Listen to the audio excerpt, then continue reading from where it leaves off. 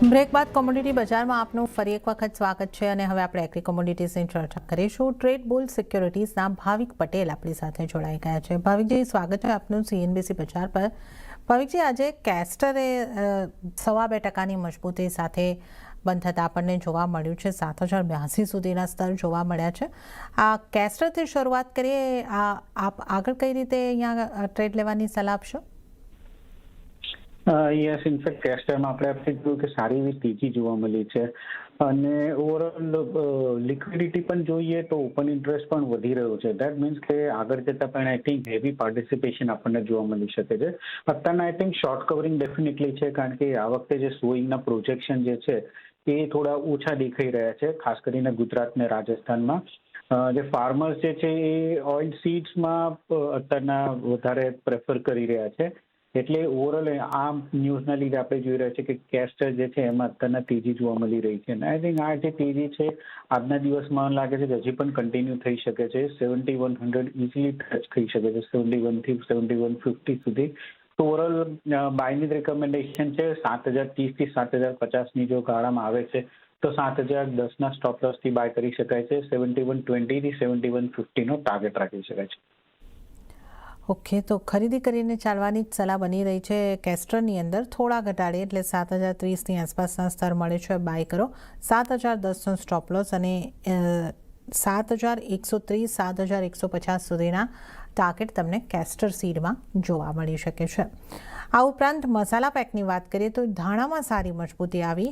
જીરું ફ્લેટ અને હળદર દબાણ સાથે બંધ થયું છે. તો ત્રણેય મસાલા આજે અલગ અલગ રીતે કામ કરતા જોવા મળ્યા છે. મસાલા પેક માટે આપની સલાહ કઈ રીતે બનશે, ભાવિકજી? વેલ, મસાલા પેકમાં હવે જીરામાં ઓલરેડી આપણે સારી કરેક્શન જોઈ ચૂક્યા છે. હવે મને લાગે છે કે અહીંયાથી ધીમે ધીમે પ્રાઇસીસ થોડા વધી શકે છે. ફંડામેન્ટલી થોડુંક પોઝિટિવ થઈ રહ્યું છે, કારણ કે જે પ્રીમિયમ ક્વોલિટીના સીડ્સ જે છે એ માર્કેટમાં થોડા ઓછા થઈ રહ્યા છે. અત્યારના તેજી એટલે નથી, કારણ કે જે ફાર્મર્સ જે છે એ લિક્વિડિટી જનરેટ કરવા માટે કે આગળની ખરીફની સોઈંગ સિઝન માટે માર્કેટમાં થોડો માઇલ્ડ મૂકી રહ્યા છે મંડીમાં. બટ અગેન જે સારી ગ્રેડનું ટોપ ગ્રેડનું એક્સપોર્ટેબલ જે છે એ અત્યારને દેખાઈ નથી રહ્યું.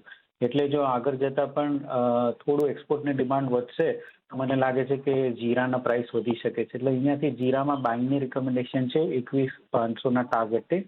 20,400નો સ્ટોપ લોસ રાખી શકાય છે. ધાણાની વાત કરીએ તો ધાણામાં આપણે એક ઓલરેડી બ્રેકઆઉટ જોવા મળી ચૂક્યું છે, 14,000ની ઉપર ગયું છે અને હજી પણ લાગે છે કે આમાં ઓવરઓલ સ્ટોક જોઈએ તો બહુ જ ઓછો છે. એટલે અહીંયાથી હું એક્સપેક્ટ કરી રહ્યો છું કે હજી પણ આ 15,700 સુધીનું લેવલ જોવા મળી શકે છે. તો ધાણામાં પણ 14,700ની આસપાસ આવે છે તો 15,200ના ટાર્ગેટ માટે બાય કરી શકાય. 14,300નો ચોરસ રાખી શકાય છે. અને હળદરની વાત કરીએ તો હળદરમાં આજે થોડુંક દબાણ છે. બટ અગેન આઈ થિંક બે સ્પાઇસ કોમ્પ્લેક્સની જેમ પાછળ મને પણ લાગે છે કે આમાં પણ મોટી મંદી તો નહીં દેખાય. એટલે 16,200ની આસપાસ નીચે જો આવે છે તો બાય કરી શકાય છે 16,900 ટાર્ગેટથી અને સ્ટોપ લોસ રાખી શકાય 15,800નો. ઓકે, તો ત્રણેય મસાલામાં ખરીદી તરફનો વ્યૂ બની રહ્યો છે. જીરાની વાત કરીએ તો 21,500 સુધીના ટાર્ગેટ જોવા મળી શકે છે. ધાણામાં 15,700 સુધીના ટાર્ગેટ અને હળદરની જો આપણે વાત કરીએ તો અહીંયા પણ 15,800ના ટાર્ગેટ જોવા મળી શકે છે. તો ખરીદારી કરીને ચાલવાની સલાહ બની રહી છે. ત્યારે જ આપણે ભાવિકજી, હળદરના એકવાર ફરીથી ટાર્ગેટ 16,900 કહેલા છે ને આપે? 16,900, યસ. 16,200ની આસપાસ આવે 16,900ના ટાર્ગેટ માટે. ઓકે, 16,900ના ટાર્ગેટ માટે હળદરને પણ ખરીદી કરીને ચાલવાની સલાહ બની રહી છે. અને ગુવાર પેક પર નજર કરી લઈએ, જ્યાં દબાણ રહ્યું છે. ગુવાર પેકમાંથી આપની કઈ રીતની સલાહ બનશે, ભાવિકજી?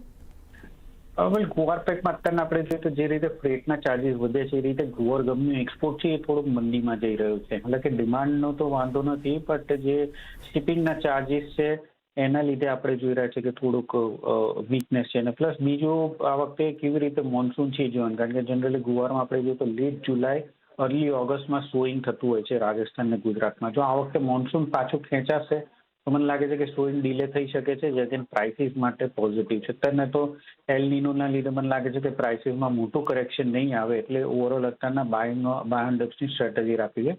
જ્યાં સીડમાં સૌથી પહેલાં વાત કરીએ તો 5,800 5,000 5,900ની આસપાસ આવે છે તો બાય કરી શકાય 6,050ના ટાર્ગેટથી 5,850માં સ્ટોપ લોસ રાખી શકાય. સેમ વે ગમની વાત કરીએ, ગમમાં પણ 11,100ની આસપાસ જો દેખાય છે તો બાય કરી શકાય 11,500ના ટાર્ગેટ માટે 9,900નો સ્ટોપ લોસ રાખી શકાય.